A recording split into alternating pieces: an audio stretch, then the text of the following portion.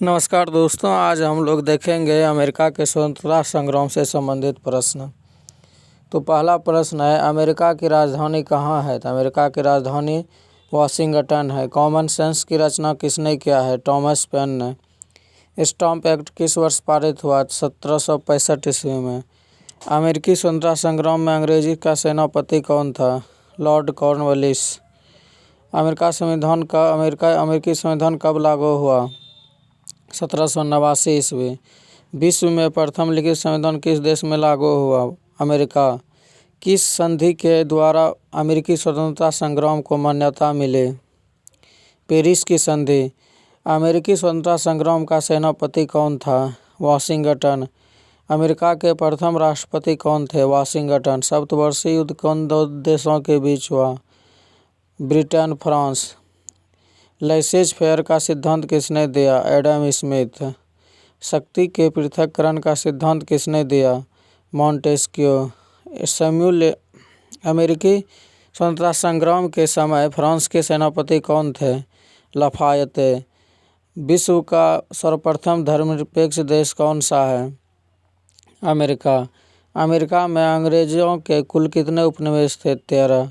अमेरिकी स्वतंत्रता संग्राम का तत्कालिक कारण क्या था? बोस्टन चाय पार्टी। लाइट ऑफ मैन की रचना किसने किया? थॉमस पेन ने। अमेरिकी स्वतंत्रता संग्राम का घोषणा किसने किया?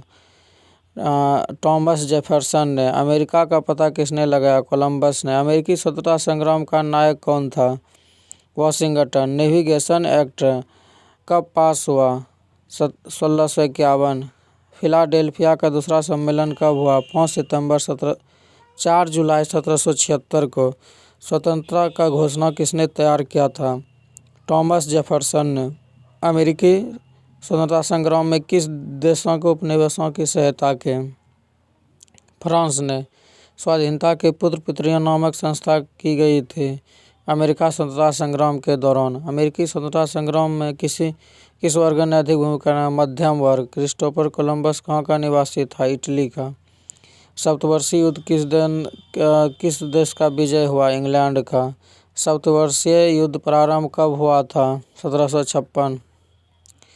सप्तवर्षीय युद्ध के कारण अमेरिका किस देशों का प्रभाव समाप्त हो गया? फ्रांस का।